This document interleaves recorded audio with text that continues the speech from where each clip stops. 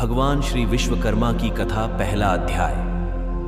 एक समय अनेक आर्षिगण धर्म क्षेत्र में एकत्र हुए और वहां धर्म के तत्व जानने वाले सूत जी से आर्षि कहने लगे, हे पुराण के मर्मज्ञ महात्मने, आप हमारे ऊपर अत्यंत कृपा करके हमारे इस अचानक उत्पन्न हुए सशन्य का नाश कीजिए। हमने सर्वव्यापक विष्णु के अनेक रूप सुने हैं, उनमें से कौन सा रूप सर्वश्रेष्ठ है, यह हमें बताइए।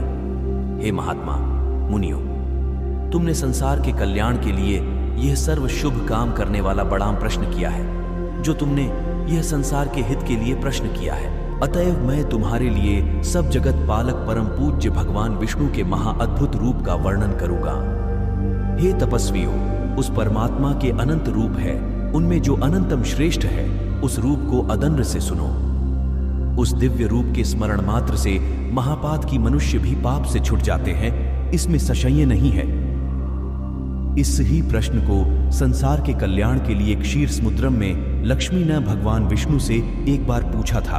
लक्ष्मी कहने लगी, हे जगन्नाथ, आपके महान अनेक रूपों को भक्त मनुष्य भक्ति युक्त होकर पृथ्वी पर पूजते रहते हैं। हे प्रिय, क्या वे रूप सब समान ही हैं या उनमें गौण और मुख्य किसी प्रकार का भेद है?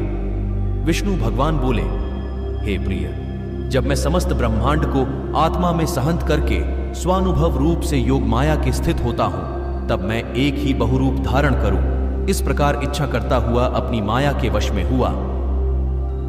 जीवों को कर्म भोग के लिए क्षण मात्र में असंख्य ब्रह्मलोकादि लोकों को जिस रूप से रचता हूं, हे देवी, उस रूप को मैं देवी, उस रूप को मैं तुझसे कहता हूं, तू ध्यान से सुन।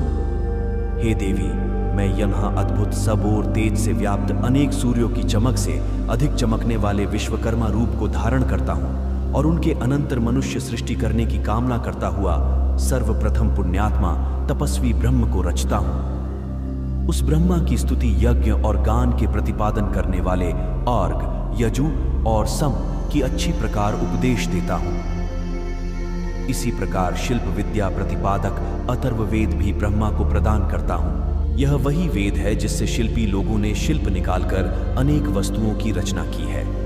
हे देवी, मेरे अनेक रूपों में यह विश्वकर्मा रूप मुख्य है।